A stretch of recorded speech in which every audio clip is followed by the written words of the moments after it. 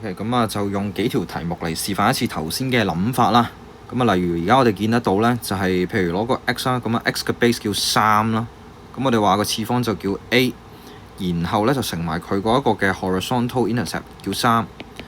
y 嘅 base 呢叫3啦，佢嘅次方叫 b 啦，同埋佢個vertical intercept 就叫2啦。咁結果呢，我哋發現就係 a over b 呢就叫2 over 3。所以如果你怎睇比例咧，你會知呢個係答案。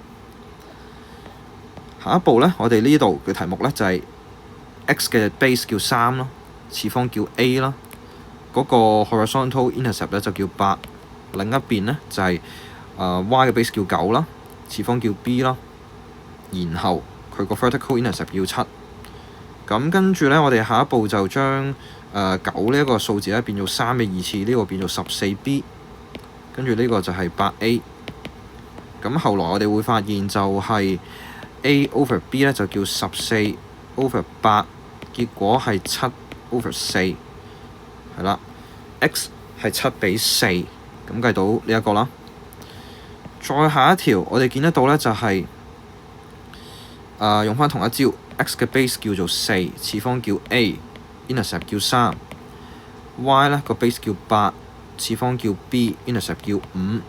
如果呢，我假設將佢個 base 改做2嘅話呢，一個係6a， 另一個呢就叫做15b。再繼續計落去 a over b 呢就叫15 over 6，即係其實佢係5 over 2。如果你睇呢一個比例已經知道答案，不過我哋要考慮埋呢，就係未來可能呢，佢出到啲即係可能。當咁樣啦，即係條題目改做咁樣嘅時候，個次方一樣，你要自己判斷得到邊一個 constant 先係啱。我哋可以用咩方法做呢？由於我哋留意到佢個 base 叫8，所以呢，我係會睇呢一邊個8去決定究竟邊一個數字先係啱。嗱，b 係我哋要代嘅嘢，b 係2，代入去2乘5就係10。